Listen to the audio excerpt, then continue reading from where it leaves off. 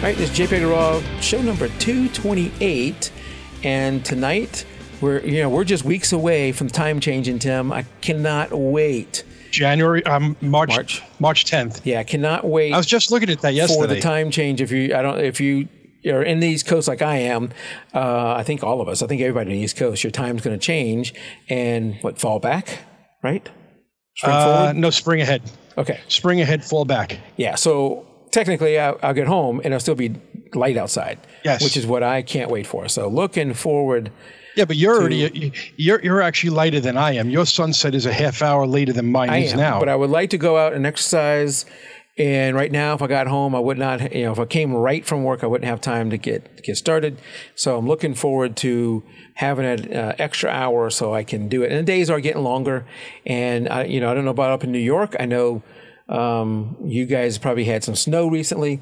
We had some rain, and now it's starting to, I think it was almost 70 today. So we're getting there. Wow. We're getting there. I got up this morning, it was 24. I'm seeing the trees starting to bloom, the dogwoods and those kind of things. And I really want to get out and exercise and take some photos. I love winter in a way, and I love snow, but I just have trouble getting motivated to get out there and take photos when it's like that. I want to get out there and catch some of this early spring and the beauty of the early spring. Tim, I did tell you, or I did show that for Christmas I got those filters, from the leaf filters. Right. Yes. So my wife and I went to North Georgia 2 weeks ago, and we're in a cabin. And I brought them with me. I was going to try them out. I made one mistake. The lens I wanted to use it with was my landscape lens. I needed to have the bracket. Hey, there's a little cutie behind you. Thanks, cutie. We'll pause for this daddy moment. Off to bed for her. That's what happens at 8 o'clock. I get to see her go to bed. There you go. So, I forgot to bring the bracket on the bottom of it, so I had no way to attach it to my tripod.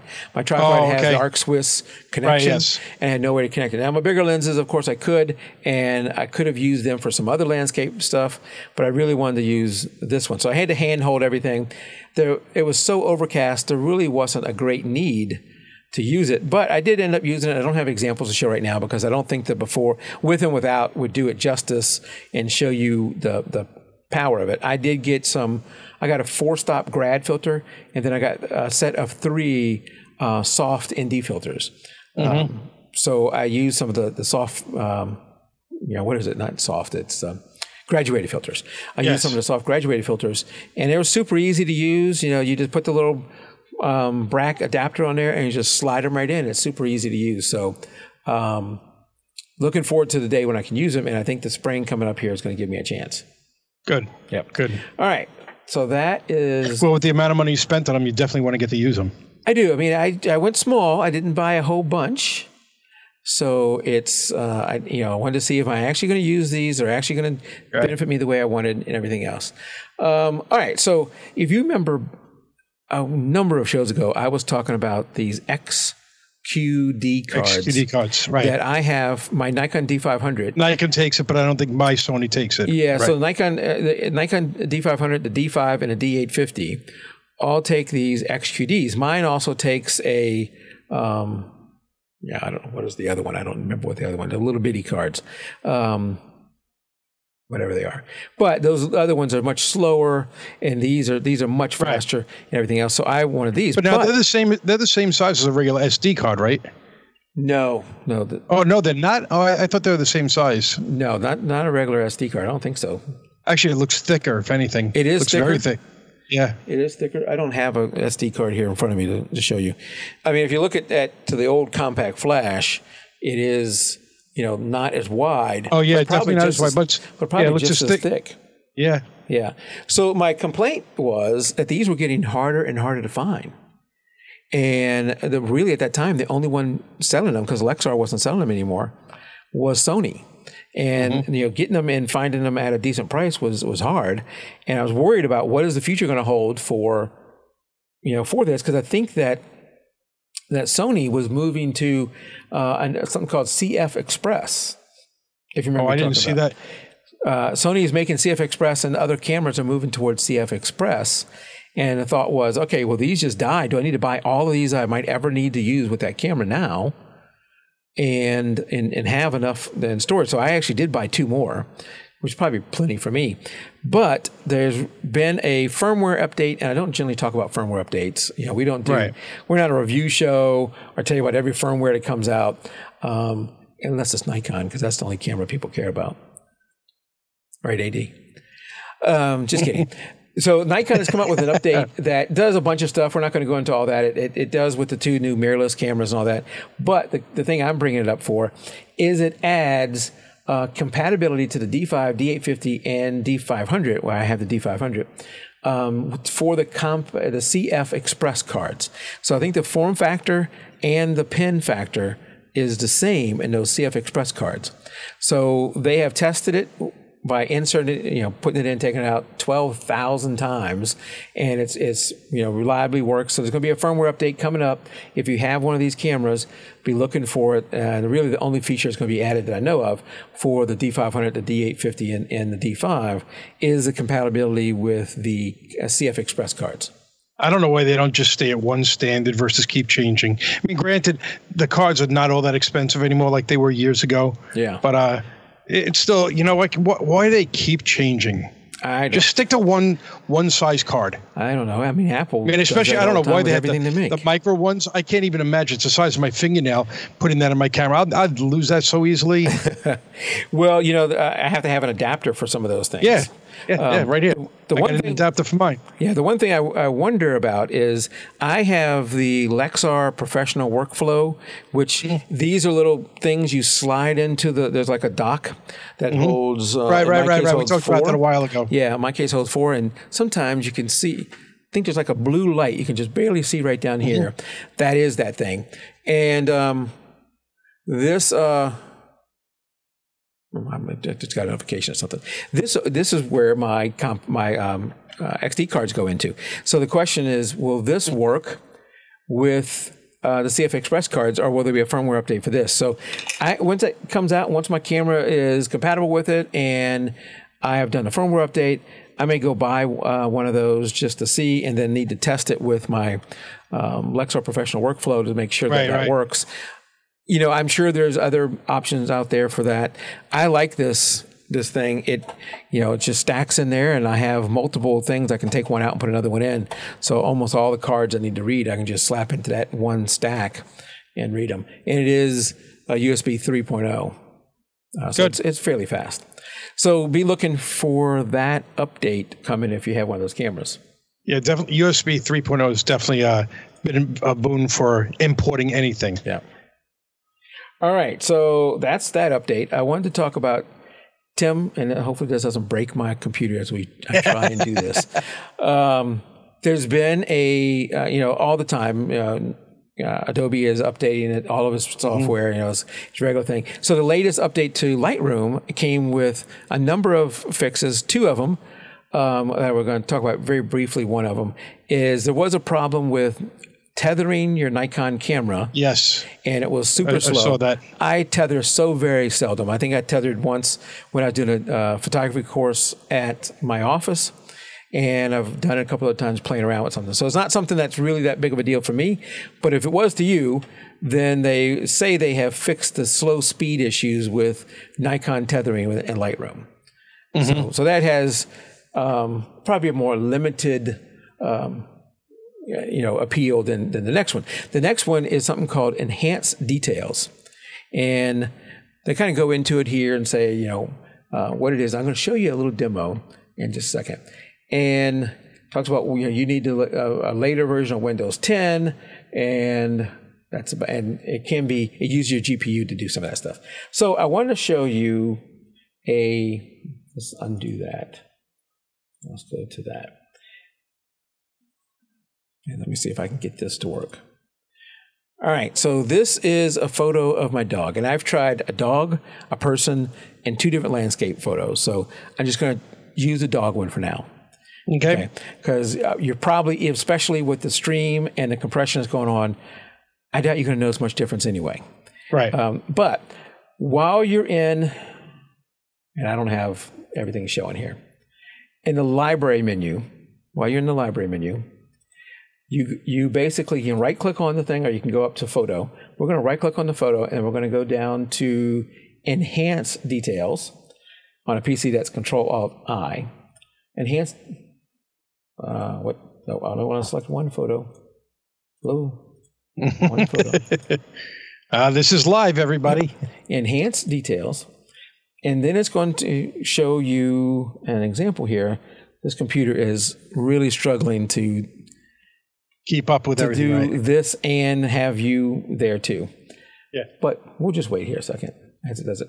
So it's going to show you a version eventually of this photo with the enhanced details enhanced, and then you can show it on and off. Maybe. As you can see, my CPU on that computer is at 100%. Come on, girl. It's struggling. And this is a overclock Core i7. I think I need to reinstall Windows on this thing. All right, we're going to cancel that and go back to try it again. Maybe it just didn't like it the first time. Oh, it's spinning for quicker now. Well, there we go. Oh, there it is. All right, so I'm going to un that. We're going to go to unzoom in, right? We're going to go to the eye, and maybe go to the edge a little bit there. All right, so this is showing you the enhanced, and if I press the button, it shows you the without enhance. Enhance with enhance. There is a little bit of a difference there. You may not be able to tell. It looks a little bit clearer. You may not be able to tell, but there is a little bit of difference there. So what I'm going to do now is I'm going to show you. I already have done a before and after. So is that the before and after? Maybe that's not the before and after. Yeah, this is the before and after. So it makes a copy of your file, and it's called, adds the word enhance to it, and it's a DNG. That's what it does when it edits it. Right, the digital negative. So we're looking at the same photo. On the left, it's the enhanced. On the right, it's the unenhanced. And I imagine that this view, which let's get rid of this too, so we can get as much real estate as we can. They don't look a heck of a lot different from what it's getting streamed, I have a feeling. Yeah, they don't. And what I want to do now is we're going to go to 1:1. And what is going on here? There we go. It needed a second to lighten up.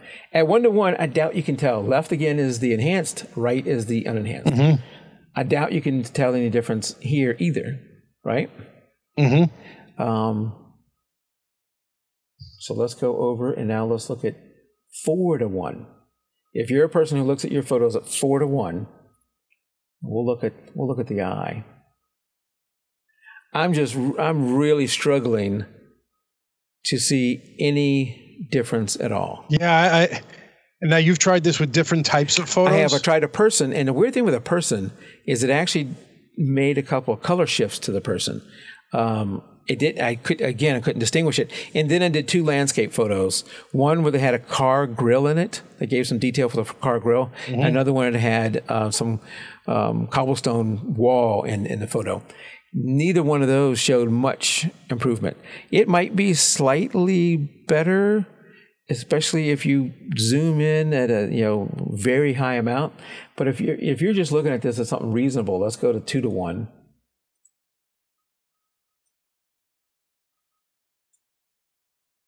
I mean, I couldn't tell you by looking at this which one is the before and the after. Again, the left is the before. I mean, after. I'll just ask, looking at the minimum system requirements, are you running on Windows 10 with the October 2018 update? Yep. Okay, just making sure.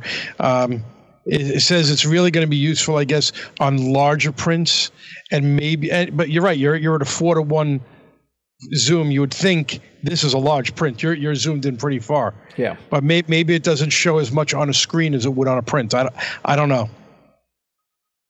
And I mean, it's saying useful for large prints. Yeah. What AD says because he is he's the expert here. So we're just going to default. We're going to default to what he says is absolutely true.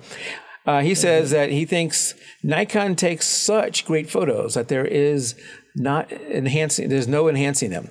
They are the Chuck Norris of cameras, after all. Yep, there you go. I mean, that says it all. and what it's doing here is doing something with the Bayer levels, and I don't fully understand that, so I'm not going to try and explain it. But it is, it only works on RAWs, so you can't do this with a JPEG. Right, not with the JPEG. Yeah, it only works on RAWs. You can't do it with a JPEG. And with different cameras, it may have different results. So you need to try it with different stuff. When I did it, you saw me right click on it, and then it pulled up a little preview of it, and then you would hit enhance and it would run. Right. As far as I know, you can't batch this. You're doing it one photo at a time. And for me, it went pretty fast. It was maybe 15 seconds. Yeah, tops per image, so it wasn't that bad. It doesn't look worse to me. In this case, the person, I need to test more people photos. The person photo looked like it had a color shift to it. This one, I did not notice a color shift to it. But I would, give it a test, see if maybe it works great with your camera. I'm sure Sony's, they need all the help they can get. So, this is probably going to be like a 3,000% improvement for them. Where with Nikon, like AD said, there's no more room for improvement. It already is the Chuck Norris of cameras. He's going to regret saying that.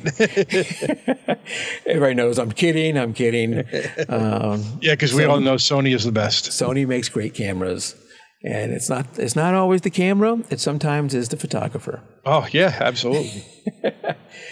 All right, so that is that. So I see more chat out there. Okay. We're gonna go on to the next article, and that is, there's a famous. When I show you this photo, you're gonna have everybody has seen this photo. Probably everybody's seen this photo. It is one of the most famous photos of its era. Probably one of the most famous photos of the 20th century. Before you even say it, I know which one you're talking about. Go ahead, tell me. No, I'm not going to say. Okay. Is it? Well, all right. Because there's actually a lot of them that are pretty famous. There was, and it was just in the news this week, and the guy just recently passed away, right? He did, yeah. It was the photo of the sailor and the nurse when he came back from, I think they called this VJ Day or something. I think when Japan surrendered. Obviously this enlisted guy was super excited and kissed this person as he came across them. Yeah, didn't even know who she was, just kissed her in the... Didn't, yep. Right. I think, though, didn't they later get married? No, something? I don't think so. No. I thought I read somewhere that they were a couple. Identified, each of them identified, and they're not with... maybe somebody else can correct it, but I do not believe they were married. Okay. So the... But she's still alive. I read in the article, I believe. No, she died. Did she? Oh, maybe she died several years ago. That's all right. So the guy's name was George Mendoza. The lady's name was Greta Zimmer Friedman. She was a dental assistant in a nurse's uniform. And I read, so right here, it was years before Mendoza and Friedman were confirmed to be a couple. It was years before. I don't know what that means. So it says here they were a couple. I don't know if that's true. Friedman, the female, died in 2016 at the age of 92, and Mendoza died 2 days before his 96th birthday. Mm-hmm. Yeah. And they did confirm through facial recognition that it was him, because there were a bunch of sailors that said it was them.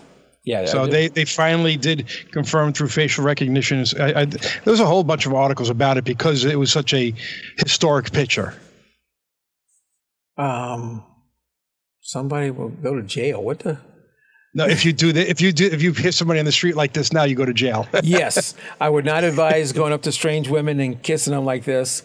And it may not have been a great idea back then. Definitely not a good idea now to just go up to random people and kiss them. So I'm not condoning that, but this was an iconic picture of the time, and I would like if the article's a little. I don't understand whether they were a couple, not a couple. Yeah, I got to find out. There's something to say they were both in the same assisted living place, and they passed away recently. So interesting about that couple, and at 96 he led both of them, 92, 96, they led a full life. All right. You still reading about it there, Tim? Yeah, no, because I found that it's on Wikipedia. Claiming to be the woman, Greta Zimmer Friedman. Yeah. Claiming to be the sailor, George Mendoza. You would think she would have had the same name. Lawrence. Was it my choice to be Kiss?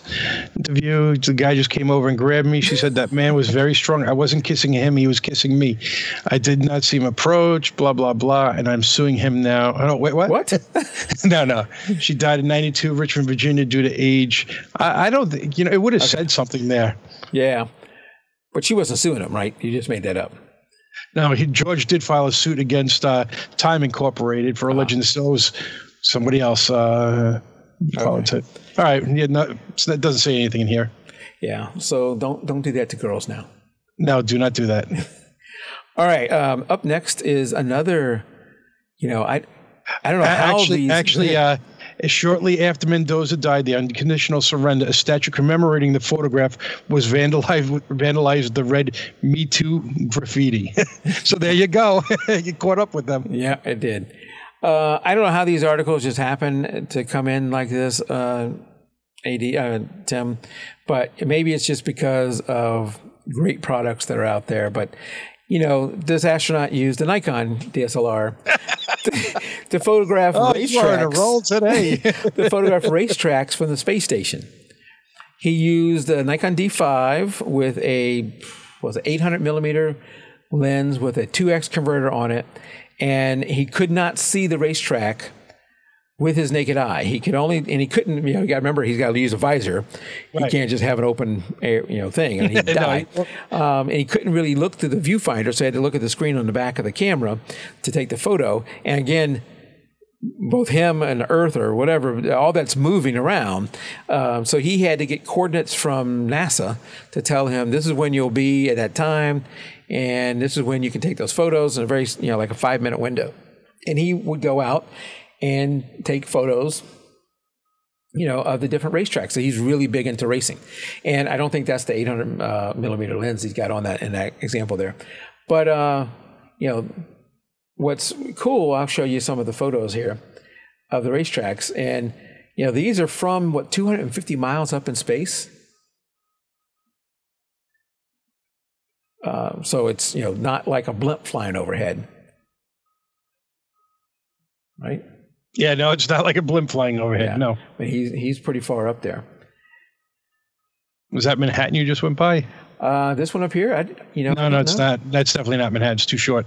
Yeah. I don't know what that is. But he was taking these photos of racetracks all over the country. That's cool. Yeah, that is cool.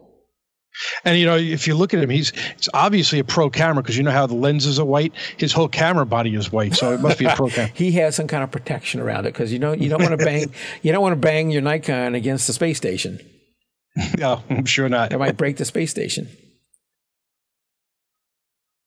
It won't hurt the Nikon. That protection is truly just there for the space station, so you don't damage the space station. I know. I mean, they're very rugged. Yes. Yeah, I mean, basically, whenever you are out there and something goes wrong with the space station, you can just whip that thing out and start hammering stuff with it if you need to. Mike's stand-up comedy. Go sit-down comedy right now. Sit-down comedy. So this is some incredible photos that you and I will never be able to take.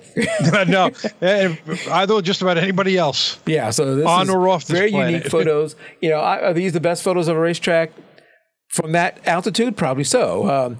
But and all photos of racetracks, no. But it's unique photos, and it's a really cool story. Yeah. No, that's a great view.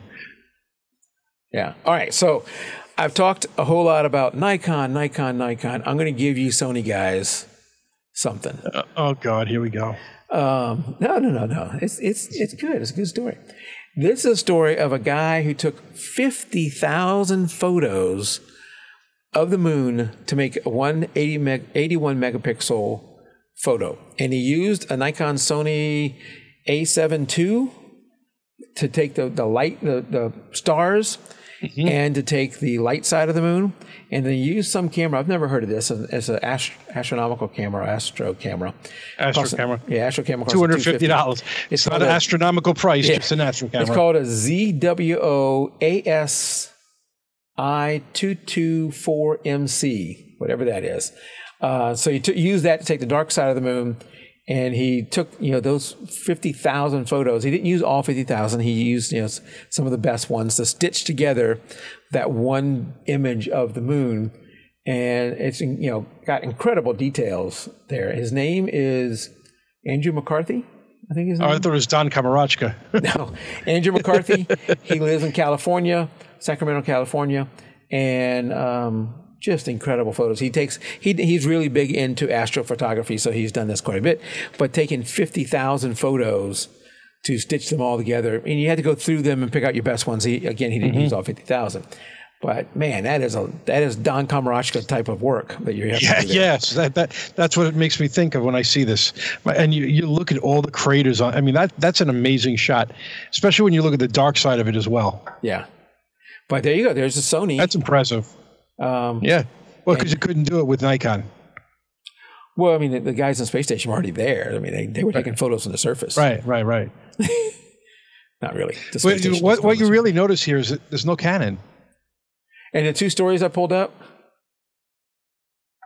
Stories I pulled up. Yeah, no Canons here. And I'm making fun. I'm talking about Nikon and everything, but I am partial to Nikon. That's what I use. But all the Nikon, Canon, Sony. Fuji. There's lots of great camera brands out there. It just happened. This mix happened to be that. So did you click on the beneath it? It has the full resolution link. Where is that at? It was just beneath it. In the comments. In the comments? Yeah, go down. Right there. Right. Click on that. Right. What's it doing? So you can really zoom in. So there we go. That's almost too zoomed in. Yeah. Wonder if you could see like the tracks from the lunar. Where's the flag? I bet they didn't really go up there. There you go. That's why we can't see the flag. Nobody really went up there. Just kidding. I am surprised it's round. I thought all that stuff was flat. That my God, that's amazing when you look at this. Yeah, I'm kidding about flat too. And you think about when they went there to land. Yeah. That is incredible. Yeah, I thought that you would see a lot of work. A lot of work. All right, so I am going to leave you with this last story. We've gone by this too fast. Yeah. This is going to be a shorter show. It's actually 35 minutes already. We're almost done. Yeah. So time went by quick. It did go by quick. Did I forget something? We're going to go over this last story. Then I guess we'll head into post-show here. AD's right. It's the lens that makes it look round. He was using a fisheye lens. That's true. So it really is flat. Yeah, it really is flat. And AD is absolutely correct about that. Yeah, because we know that the Earth and the Moon and everything else is flat. Yes. Yep. I feel better now. Yes. I'm going to show you something first off, okay, let me hide part of the thing here. I want your opinion on these three people and what you think of them. Okay. Maybe I should phrase that a little differently. So I'm not saying whether they're attractive or unattractive or anything else. It's like, what do you think of these three photos? What jumps out of you, these three photos of these people? Common-looking people that I would see on the street. Okay. So none of these people even exist. These aren't real people. Okay. This is something Nvidia. If you have a graphics card, you more likely either have Nvidia or a AMD. What are the AMDs? Radeon card. Radeon. Something like that. This is something that Nvidia has come up with, where they take a pool of, I forget how many different photos. It's hundreds. I think 500 or something different photos of people, and they can take the features of those people and create totally new people from it. So it's not like a Photoshop masking. It's using some kind of other algorithm to create realistic new people. Now, It sometimes so like for a game or something, or I don't know what the ultimate use case of this, because this is super creepy in some ways. Yes, it's AI created, and you look at those people. I mean, the guy, the girl, the one guy on the far right looks a little blurry, like it's not there, but he has stubble. The and everything. background there looks a little bit messed up, but the other two definitely looks like something realistic. You could have taken cropped out pictures of them. Absolutely. So just in 2014, when this stuff started, this was the best they could do. This little block here, when they were trying to make this. All right. Wow. So in just 5 years, they've gone from these things to these. All these people here, except for I think the top row, all these people here are fake. And I think there's a video. Yeah, let me show the video. Okay, I got to pause the audio, and we're going to make it full screen. So there's a video. We're not going to go through the whole video. I just want to show you an example of what this thing can do. Let's fast forward through some of the text. You don't need to read all that. But it's basically going to take I think the top row is the source. Wow. The top row is the source, and the bottom row is what it's doing, combining different features from different people to create new people. So that bottom row those people don't exist. That's totally AI created. Holy jeez, that's amazing. Those people, though, so it's more than just taking, hey, I'm going to take the hair from this person and put it on the face of this other person, or the lips from this person, put it on there. It is truly creating a new person from that stuff. And you would look at that and think, those are real people. Absolutely. Absolutely. Yeah, I think we're going to get another example here. I think so there you got coarse hair, middle styles. You got those 3 different styles of people, and it's creating all these different looks from those 3 people. Now they added a dude. Is that insane? Keep in mind the big picture of that person doesn't exist. That's AI created. Wow. You think about the Terminator. It's on its way. There's no way you would look at that all by itself and think that wasn't a real person. And he even throws on glasses now. Yeah. And a mustache. And the glasses even change size slightly, depending on the size of the face that it puts in there.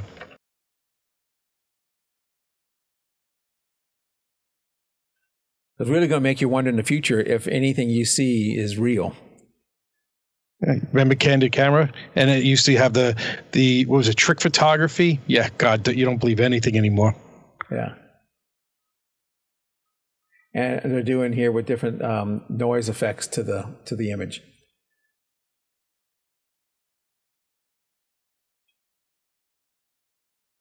Oh, wow. What AD says is they're striving to be able to use photos of parents to see what their children may look like by combining generations of photos to do so.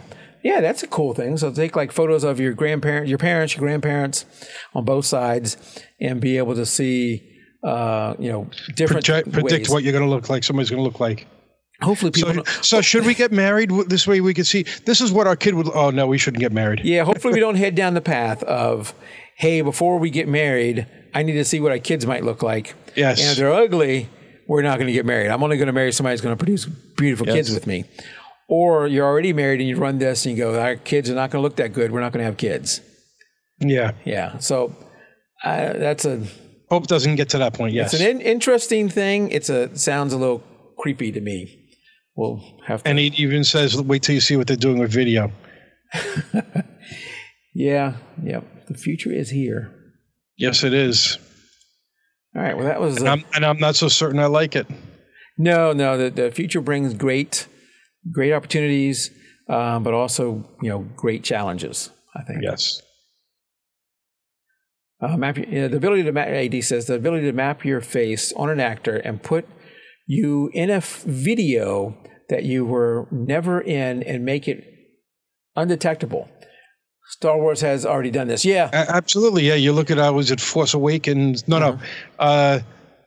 Which was it? Whichever it was. And they had Tarkin in there, the Grand Moff Tarkin. And at first I didn't even realize it wasn't him. I was like, wait a second, he's dead. And then I was like, oh my God. So you don't even realize how good Hollywood is already with some of that stuff. Yeah, that's going to make you, second guess what you're seeing is whether it's believable. Absolutely. All right, so as we head out, I want to mention that, the February contest has only got 2 days left into it. Then we'll be starting up the March contest. So if you haven't entered for February, you're probably going to have to be watching the live show in order to enter for February. So 2 days to enter for February. Wait, I think actually we're letting it run a little bit over the 2 days. Shortly. I think it's going to be ending shortly, whether it's 2 days or an extra week. I don't know. But shortly it's going to be ending. We'll be starting the March one up soon too. So you can enter by going over to jpdraw.com/contest. And you got the 2 links for the beginners group and the regulars group there. And also links to our Facebook group where you can enter right from there. If you want to get this, if you want to subscribe to this show, I highly recommend that you hit the subscribe button here on YouTube, hit the little bell to give you an alert whenever we go live. And then if you want to also get us on your phone or wherever else you want, we do have an audio version of the show, which is on iTunes, Spreaker, iHeartRadio, Stitcher, TuneIn, Podbean, and Spotify. The video version of the show is a video large and small over on iTunes. Also over on YouTube and Vimeo and on Podbean. So you can get us from any of those locations. If you can't remember all those things I just said, just go over to jpdraw.com/subscribe and you can get it there. One more thing before we head out, Tim, that I forgot to mention. So a show, 2 shows, whatever it was, I was talking about my UPSs and how they're starting to die and I need to put new ones out there. So new ones or new batteries? Well, these are ones that you don't replace the battery. You just really?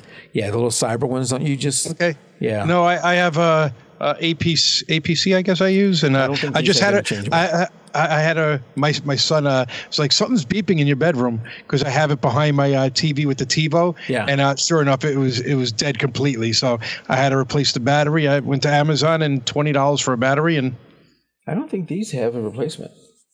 Anyway, a listener emailed me and said, "Hey, Mike, you know that you can, if you plug in the USB to the computer, it will give you some health stats and tell you whenever it's dying." And really, I didn't know that. Well, if you buy a UPS, they come with a USB card, cable, a USB cable. You plug it into your computer, and it will give you battery information, but it will also do the shutdown for you. So it will know, hey, I only got X many minutes left. I'm going to shut down the computer gracefully before, I just die. And so I knew that. I have never run that software. I should say, when I first got my very first one, I did put that in there. I didn't like how much resources it took, so I have not used it since. I'm sure things have gotten better. The computers have gotten faster. The resource requirements probably gotten much better, and the software's got better. I still don't use it. It's probably something that you should use. On my 2 main things that I would, 2 of the main ones I care about is my router, which is running pfSense. It's a home-built router running using free BSD software, which is what pfSense is based on. I'm not sure you can even run that software on there. I don't think there's a version of the software that will run there. So I don't even think that'll work. On my Unraid server, I believe there is a plugin that you can use to do that. I just have never done it. So something I may want to look back at here, give it another shot. I know lots of people who do use it. So if you have a UPS, you might want to look at, don't just throw that cable away that they bring you, they give you that for a reason. So I think that was, I don't have my email pulled up, but I think it was Gary, I can't remember your last name. Somebody named Gary who sent it, unless it's the Gary out in chat right now. But yes, there are options to know what the health of your battery is before it just dies. All right. Okay, and with that, we're going to go ahead and wrap this show up. We've got 44 minutes, so it's a little bit shorter of a show, but we're going to head into post-show here. Until next show, keep it raw. Good night, everybody. Good night, everybody.